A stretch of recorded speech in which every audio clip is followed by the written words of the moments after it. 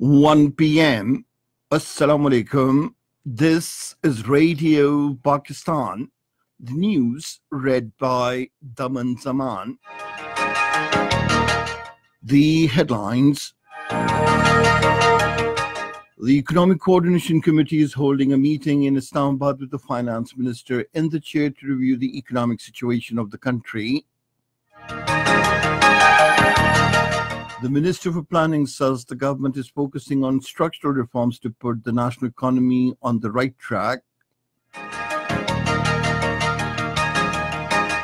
The National Assembly was informed today that renewable energy policy will be unveiled by March next year. The Foreign Office has rejected the American move to profile Pakistan among countries violating religious freedom. And now the news in detail. A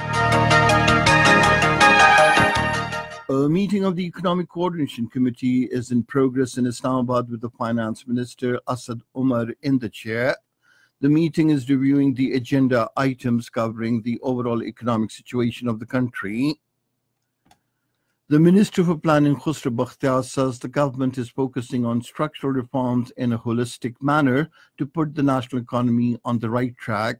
He was addressing a seminar titled Pakistan's Economy Way Forward in Islamabad today.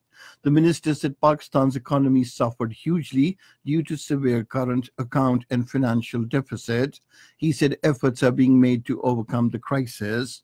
Our investment has considerably, especially the private sector investment, has considerably shrunk. Today, our private investment as a percentage of GDP is under 10%. You couple it with public sector, develop public sector investment, then you come to a meager figure of 15%. So you have a 15% investment to GDP ratio, whereas your consumption is above 90%. With dollar rupee parity in the last 5 years has made imports cheaper and our exports expensive. That gives us the biggest challenge of current account deficit. The ambassador of Argentina to Pakistan, Ivan Ivanovic, called on the Foreign Minister Shah Mahmood Qureshi in Islamabad today and discussed matters of mutual interest. The Foreign Minister apprised the envoy about Pakistan's investment-friendly policies to attract foreign investment in the country. The Argentinian ambassador expressed the desire to boost bilateral relations with Pakistan in trade, tourism, education, and science and technology sectors. The National Assembly was informed today that renewable energy policy is being framed to exploit the true potential of this important source of electricity generation. The Minister for Power, Omar Ayub Khan, informed the House during question hour that the policy will be unveiled by March next year. The minister said 21 power generation projects based on indigenous charcoal and hydropower are under process to produce affordable electricity in the country. These projects will help generate 11,000 megawatt of electricity.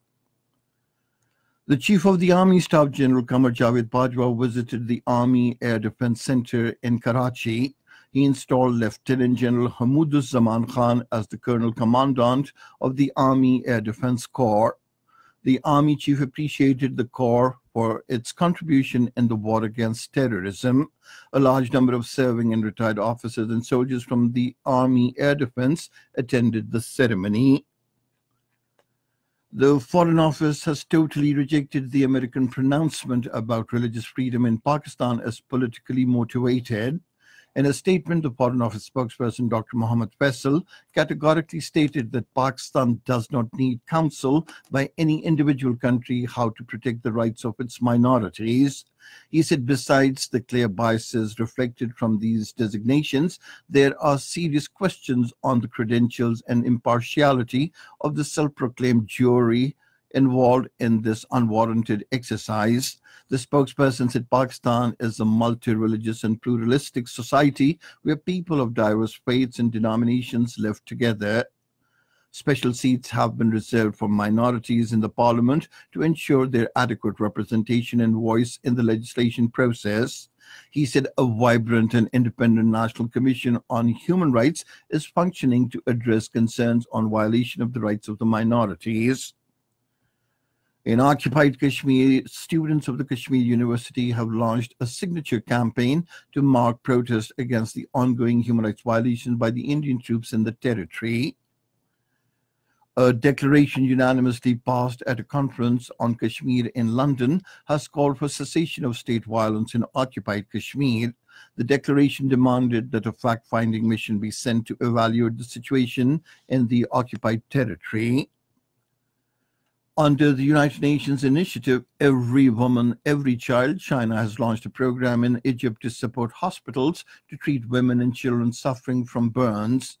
The program targets at treating around 200 cases and training 2,000 medical staff in 8 public hospitals of Egypt.